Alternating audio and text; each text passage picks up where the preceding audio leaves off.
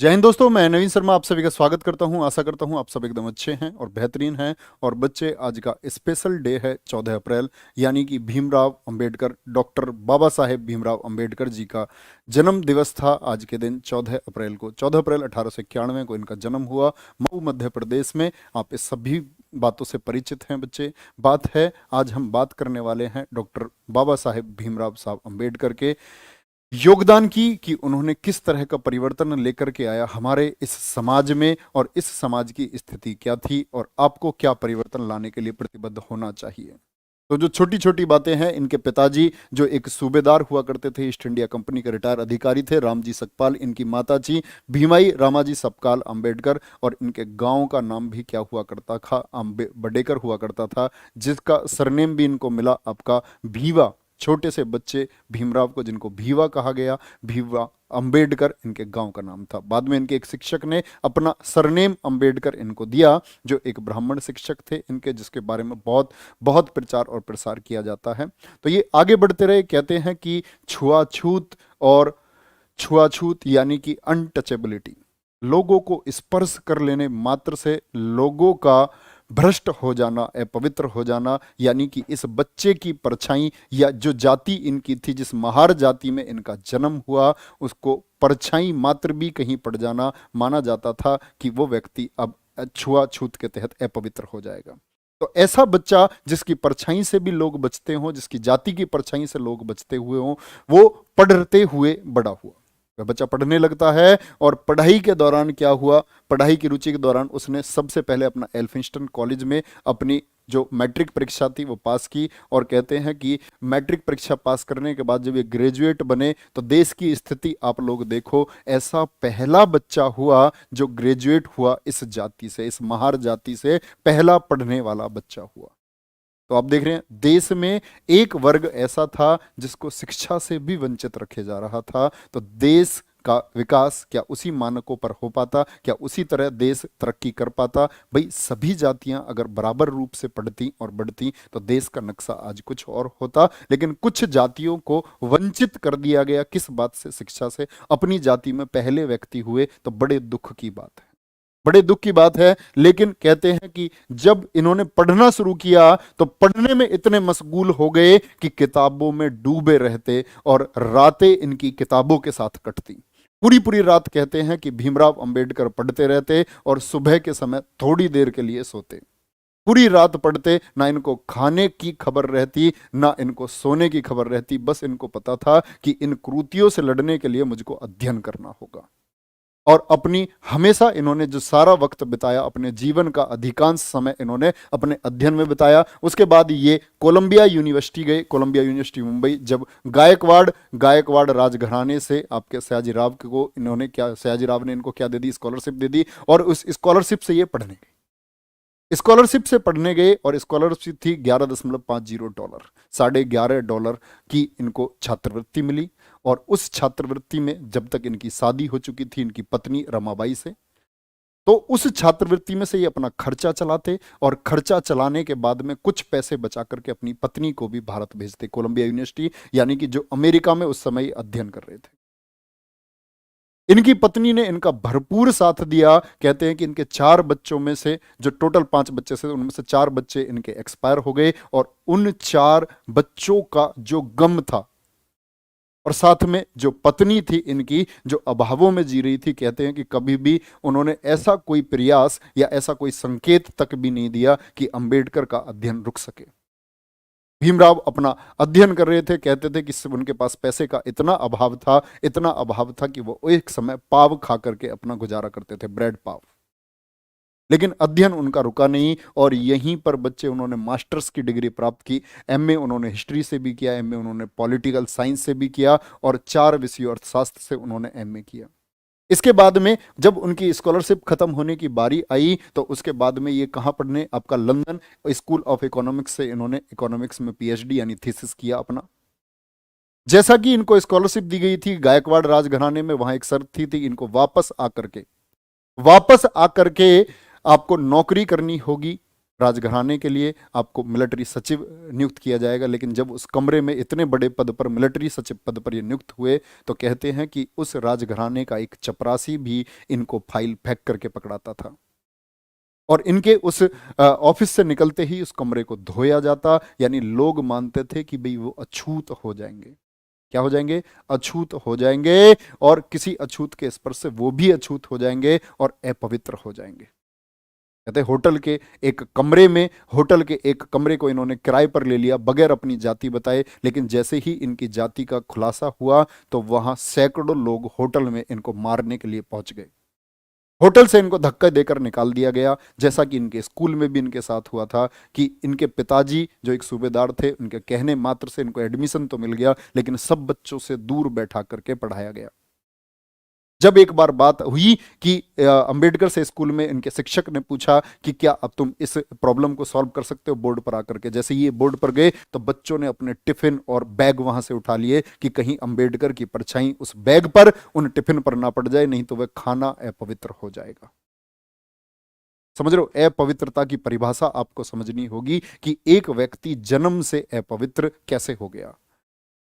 एक किसी शूद्र को हमने अछूत किन आधारों पर कह दिया, यह प्रश्न आपको स्वयं से करना होगा। इसके बाद की बात आती है, बच्चे अध्ययन चलते रहते हैं। इनकी दो पत्नियां, एक पत्नी इनकी रमाबाई थी जो शुरुआती काल में एक्सपायर हो गई थी, दूसरी थी इनकी पत्नी डॉक्टर सविता अंबेडकर, ये पहली पत्नी है इनकी रमाबाई। तो कहते हैं कि अध्ययन में इतने मशगूल हो गए और इनके पास इनकी किताबों का जो संग्रह था, इनके नजदीकी लोग बताते हैं कि 1940 के पास में जो इनकी किताबों का संग्रह 8000 हुआ करता था, 1956 में जब इनकी मौत हुई तो इनकी किताबों की संख्या 35,000 पहुंच चुकी थी। हर शाम जामा मस्जिद ये जाते अपने, क्योंकि ये एक वकालत अपनी कर चुके थे, कहते थे पूरे दिन वकालत करने के बाद में शाम को इनका समय जाता किताबें खरीदने के लिए जामा मस्जिद के बाजार में, और हर रोज इनके हाथ में नई किताबों के बंडल हुआ करते। रात को उनका अध्ययन करते, और इनका अध्ययन इतना गहरा अध्ययन था कि इनको खाने तक की, सोने तक की फिक्र नहीं रहती। कहते हैं एक बार इनके नौकर जो गेट पर आए, किसी कारणवश किसी प्रोग्राम में जाने की वजह से लेट हो गए, जो इनके साथी भी थे, इनका सहयोग करते थे इनके काम में, तो गेट नहीं खटखटाया, बाहर मेन गेट पर ही सो गए कि कहीं अंबेडकर के अध्ययन को कोई विघ्न ना पहुंच जाए। बाबा साहेब जब उठ करके बाहर गए रात को टहलने के लिए, खुली हवा लेने के लिए, तो उन्होंने देखा कि वो जो सहयोगी है वो बाहर सोया हुआ है, तो रात को उन्होंने भी उसको नहीं उठाया और अपना कोट उड़ा करके आ गए। तो मतलब इतने लगनशील थे, क्योंकि ये जानते थे कि ये जो क्रूतियां हैं ये मैं तब ही दूर कर पाऊंगा जब मैं इनके बारे में अध्ययन करूंगा। और एक कथन है दोस्त, अगर हम देखते हैं दुनिया के दो प्रमुख राष्ट्रों को, जिसमें एक नाम आता है रूस का जिसके निर्माण करता है स्टालिन, और दूसरा शक्तिशाली देश है अमेरिका जिसके निर्माण करता है अब्राहम लिंकन, दोनों ही निम्न वर्ग से थे। तो एक बात आई, जब निम्न वर्ग में पैदा एक व्यक्ति देश को इतना मजबूत बना सकता है कि स्टालिन रूस को, यहां आज जहां रूस है, स्टालिन को इसका श्रेय जाता है और अब्राहम लिंकन को श्रेय जाता है अमेरिका के निर्माण का, तो फिर हमारे देश में ऐसा भेदभाव करने का हमको क्या फल प्राप्त हुआ और क्या हमने इससे बदलाव कर लिया, कैसा बदलाव हम कर पाए?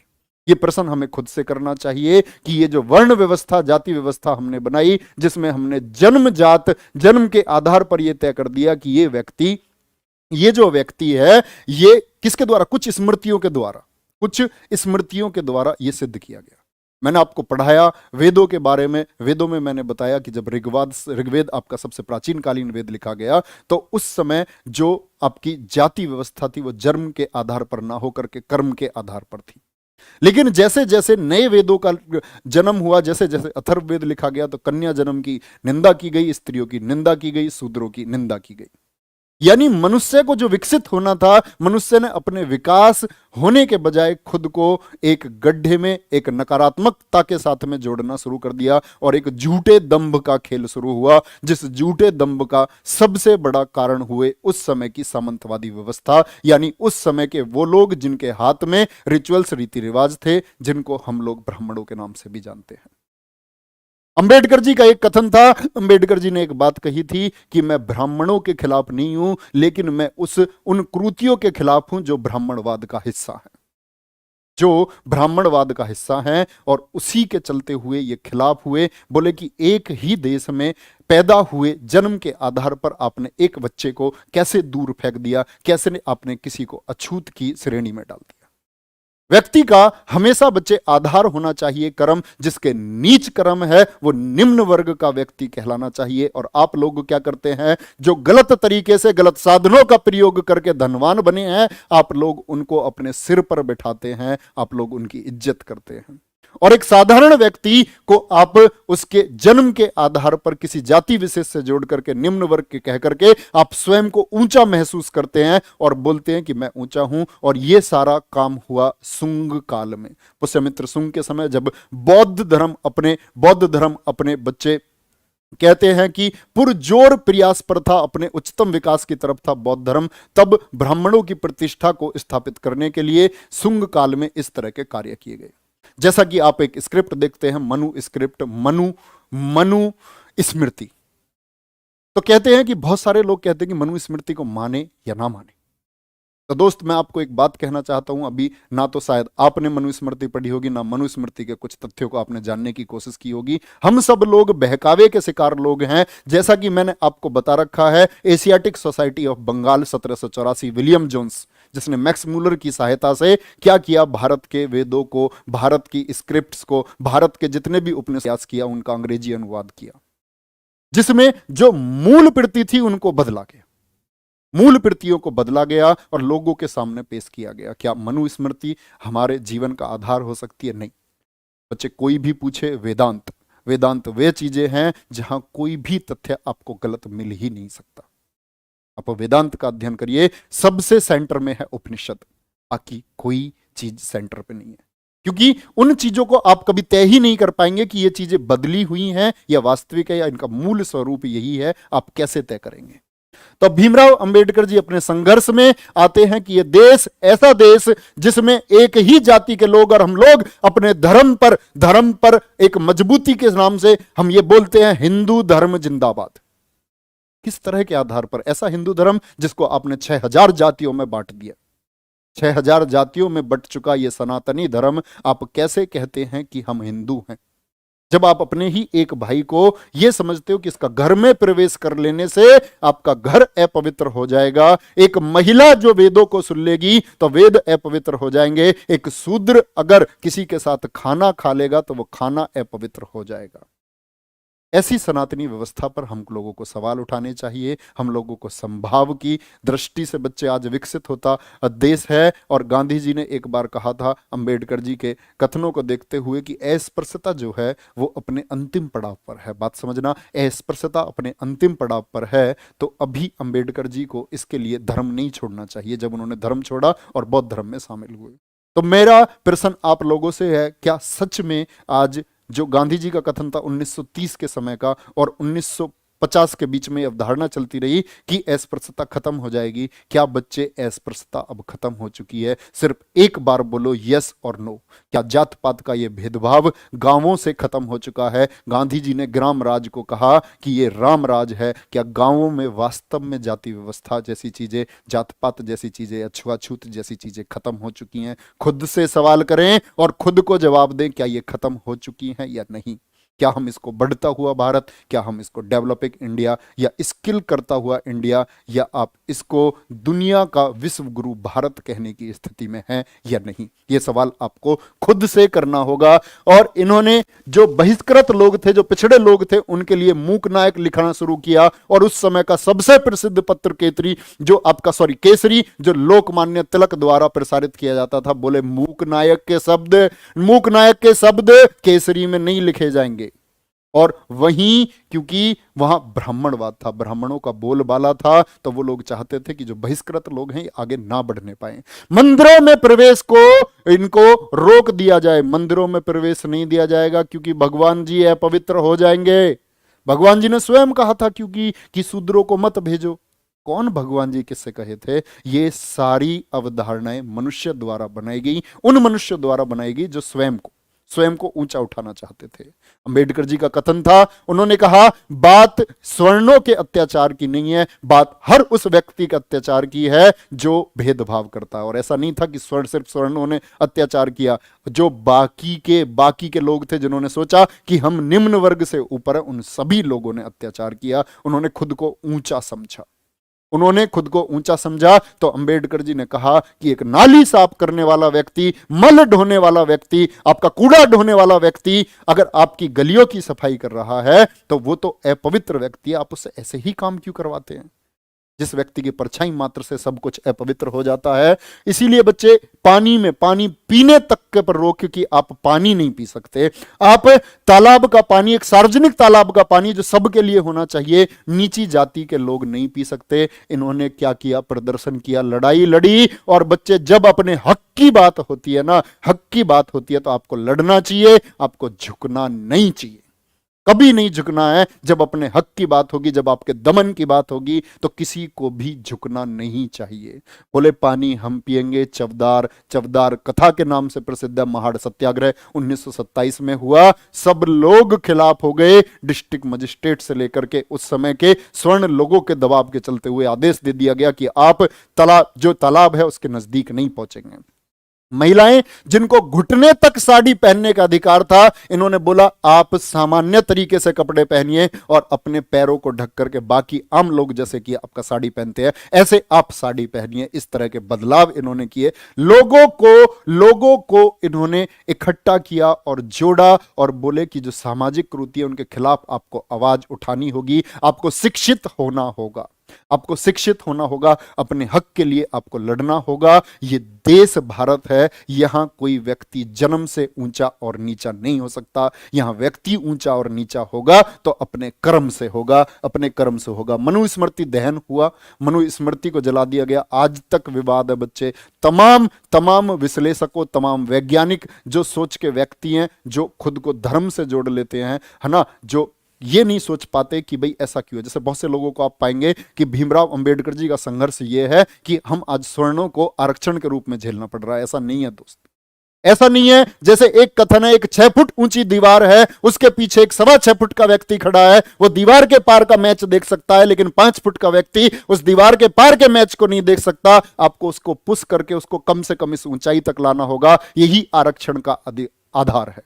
मैं हमेशा कहता हूं आपसे, आप अध्ययन कीजिए देश की स्थिति का, कि देश के जो टॉप मोस्ट व्यक्ति हैं, जो देश को चलाते हैं, चाहे वो न्यूज एंकर हो, चाहे वो देश के अधिकारी हो, या फिर देश के आपके डॉक्टर्स हो, आपके इंजीनियर्स हो, या बाकी जो ऊंचे पदों पर आसीन व्यक्ति हैं, आप पाएंगे कि 90% लोग स्वर्ण लोग हैं। तो ये लोग 10% क्यों रह गए? तो ये आरक्षण आधार है कि उनको पुश करके उनको एक समान तरीके तक, एक समान लेवल, एक समान स्तर तक उनको पहुंचाया जाए, सभी लोगों को वहां पहुंचाया जाए। लेकिन आरक्षण के आधार में कमियां ये हो जाती हैं कि ये आर्थिक आधार पर होना चाहिए।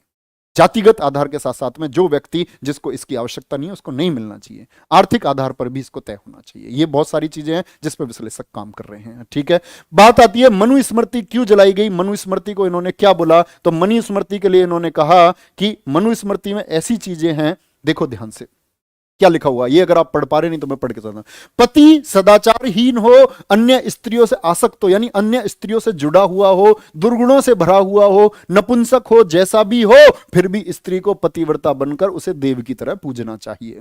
ये बात कहां की गई है? आपकी अध्याय 5 श्लोक 148 में की गई है। ठीक है, यहां देख सकते हैं आप, मैंने मूल प्रति इसीलिए लगाई है। गृहस्थ ब्राह्मण के घर वेश्य, ध्यान से देखना, शूद्र अतिथि के रूप में आ जाए तो नौकरों के साथ खिलाना चाहिए। आप स्वयं तय करना, क्योंकि आप में से बहुत सारे बच्चे मैनिपुलेटेड बच्चे हो सकते हैं जो खुद को जोड़ लेते हैं किसी जाति विशेष से, किसी धर्म विशेष से। क्योंकि आप लोग अध्ययन नहीं करना चाहते, आप लोग यह नहीं तय कर पाते कि गलत चीज को हम गलत कैसे कहें, और हमारे अंदर वो दम भी नहीं बचा है कि हम गलत चीज को गलत कह सकें। क्योंकि हम ऐसे शब्दों को बोलते हैं जिससे हमें मैक्सिमम फेवर लोगों का मिले। हम ये चाहते हैं कि सभी जातियों में हम संतुलन बना करके रखें, कोई भी व्यक्ति हमसे रुष्ट नहीं होना चाहिए। लेकिन मैं सवाल करता हूं उस व्यक्ति से जो बदले में सवाल करे कि क्या आपने अध्ययन किया। ठीक है, तो देखेंगे ध्यान से क्या है। गृहस्थ ब्राह्मण के घर वेश्य शूद्र भी अतिथि के रूप में आ जाए तो नौकरों के साथ में खिलाना चाहिए। देखो भाई, यहां से विवाह के लिए क्या है? शूद्र, यहां देखो ध्यान से, ब्राह्मण सभी 4 वर्ण की कन्याएं पसंद कर सकता है, यह बात है अधम विवाह के लिए। अधम विवाह के लिए, मतलब जो प्रेम विवाह होता है, ठीक है। ब्राह्मण 4 वर्ण की कन्याएं पसंद कर सकता है। क्षत्रिय जो होता है वो ब्राह्मण कन्या को छोड़कर सभी 3 वर्णों की कन्याएं पसंद कर सकता है। वेश्य, वेश्य की और शूद्र ऐसे 2 वर्ण की कन्याएं पसंद कर सकता है। लेकिन शूद्र को शूद्र वर्ण की कन्याएं विवाह के लिए पसंद कर सकता है। शूद्र को वर्ण से बाहर अन्य किसी कन्या से विवाह करने की अनुमति नहीं है। ये क्यों भाई? ये पक्षपात क्यों? ये पक्षपात क्यों? यहां देखो ध्यान पर लिखा हुआ है, यही बात है। ब्राह्मण, क्षत्रिय और वैश्य अपने वर्ण की कन्या से विवाह पर श्रेष्ठ हैं, पर कामवश होकर जो विवाह होता है उसकी बात है। द्विजाति विवाहों में जो कहीं अगर शूद्र से विवाह कर लेता है तो वो अपवित्र हो जाता है, वह अपवित्र हो जाता है। इतनी बात समझ रहे हैं? भीमराव अंबेडकर और आपके महात्मा गांधी जी के बीच जो मतभेद था वो किस बात को लेकर था? कम्युनल अवार्ड आप जानते हैं, पूना पैक्ट 24 सितंबर 1932 कि इन्होंने किसके लिए 2 वोट का जो अधिकार था उसको गांधी जी ने मना किया। बाद में इनको आरक्षित सीटों की संख्या बढ़ा दी गई। लेकिन दोस्त ये कहते हैं महात्मा गांधी जी से, महात्मा गांधी जी ने इनसे कहा, आप जानते हैं कि ये कुरीतियों के बारे में मैं बहुत दिनों से सुनता आ रहा हूं, आप कैसे कह सकते हैं अम्बेडकर साहब कि मैं दलितों के साथ नहीं हूं? तो इन्होंने कहा कि मैं दलितों के साथ आपको तब मानता जब आप कहीं दलितों के खिलाफ हो रहे अत्याचार के प्रति जो स्वर्ण अत्याचार कर रहे थे उसमें से काफी कांग्रेस के अध्यक्ष थे। आपने कभी ऐसी कोई मांग उठाई कि कांग्रेस के किसी अध्यक्ष को आपने निष्कासित कर दिया हो उसके पद से? या आपने कहीं इस चरखे की बजाय और इस खादी की बजाय अगर आपने मांग की होती देश में कि अस्पृश्यता का अंत होना चाहिए, कहां आपने कहीं पर कोई ऐसा आंदोलन किया या ऐसी कहीं जनभावना आपने लोगों में आक्रोशित की? सबसे बड़ी कुरीति थी, सबसे बड़ी कुरीति थी, आपने कोई मांग इसके लिए उठाई? नंगली, आप सभी जानते हैं केरल त्रावणकोर में मार्तंड वर्मा जब राजा बने तो क्या क्या कानून बना, सब तरह के टैक्स लगाए गए। महिलाओं के लिए लगाया गया स्तन टैक्स। अपने स्तनों को नहीं ढक सकती हैं महिलाएं, कमर के नीचे कपड़े पहनती थी, और अगर ये ढकना है स्तन तो आपको टैक्स देना होगा। और एक चलता था दंड अधिकारी, डंडी पर आगे कटार दराती बांधकर कोई अपने कपड़े पहन ले तो दूर से कपड़ों को फाड़ देते थे, क्योंकि हाथ से तो अपवित्र हो जाएंगे। नंगली आवाज उठाई और बोली, जो लोग टैक्स मांगने आए, इसने बोली मैं अपने स्तन ढकूंगी। लोग आ गए, राजा के अधिकारी आ गए, बोले टैक्स देना होगा। अंदर गई, दराती ली, अपना स्तन काटा और एक पत्ते पर रखकर बोली लो टैक्स। इसको बोलते हैं। और इतना आक्रोश लोगों में पैदा हुआ कि ये प्रथा बंद करनी पड़ी। तो बात है, जब तक आप लोग गलत चीजों के खिलाफ, और ये सभी लोगों के लिए मैसेज है, जब तक आप गलत के खिलाफ नहीं हो सकते तब तक आप इंसान नहीं है। इन्हीं के पति थे चिरकुंडा, भारत के इतिहास का पहला व्यक्ति जो चिता पर बैठ करके जैसे सती होते थे ऐसे सती हुआ, पहला व्यक्ति। तो क्या बोले, मैं किसी समाज की उन्नति को महिलाओं की उन्नति से मापता हूं, तो आप उस समाज पर ध्यान देना जिस समाज की बात आप करते हैं, क्या वहां पर महिलाएं उन्नति कर रही हैं या नहीं कर रही हैं। जिस तरह मनुष्य नश्वर है, ठीक उसी तरह विचार भी नश्वर है। मनुष्य नश्वर है, उसी तरह विचार भी नश्वर है। जिस तरह पौधे को पानी की जरूरत पड़ती है, एक विचार को भी प्रचार प्रसार की जरूरत पड़ती है। सही चीजों को आप प्रसारित करें, अन्यथा चीजें दमन कर जाएंगी। और बच्चे, आप किसी भी चीज के लिए, मैं मानता हूं कि आज चीजें खत्म हो रही हैं, लेकिन आज चीजें खत्म हो रही हैं, खत्म हुई नहीं है।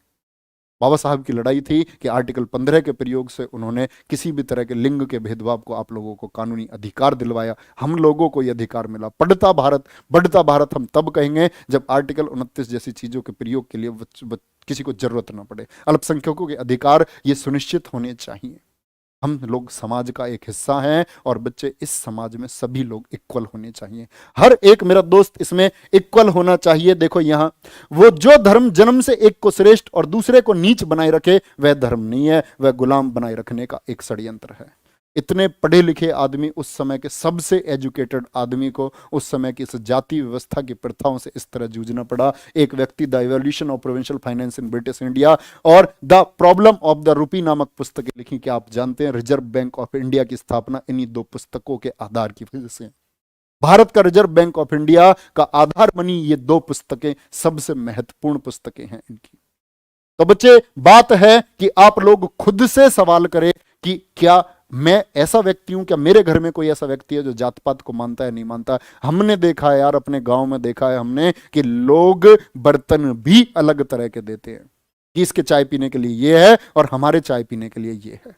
लोग बैठना, आज चीजें खत्म हो रही है, लेकिन बच्चे आप इसका खात्मा करेंगे। मैं आप सब लोगों से एक बार ये संकल्प लेना चाहूंगा और कमेंट सेक्शन में आप लोगों की राय जानना चाहूंगा। प्लीज आप किसी भी जाति विशेष के बंधक मत बनिए, कुरीतियों के खिलाफ बोलना शुरू करिए। और सही और विकसित और शिक्षित आप उसी को कह सकते हैं जो कुरीतियों के खिलाफ आवाज उठा सके। आपको आवाज उठानी होगी। तो कमेंट सेक्शन में आप सब लोगों का नजरिया जानना चाहूंगा मेरे दोस्त। क्या आप संकल्प लेते हैं कि आप आजीवन आजीवन आजीवन इस जात पात की व्यवस्था के खात्मे के लिए काम करते रहेंगे? और मैं इसके लिए प्रतिबद्ध हूं, आप भी इसके लिए प्रतिबद्ध होने चाहिए। वीडियो को सभी दोस्त लाइक और शेयर कर देंगे ताकि ये मैसेज सभी लोगों से पहुंचे। और मेरी हाथ जोड़ करके आप लोगों से प्रार्थना है मेरे दोस्त, प्लीज समाज में इक्वल इक्वल होने का भाव पैदा करिए और इसमें अपने आप को बड़प्पन मत मानिए, ठीक है। और अगला टॉपिक कोई जिसके बारे में आप वीडियो चाहते हैं, आप कमेंट सेक्शन में मुझे बता सकते हैं।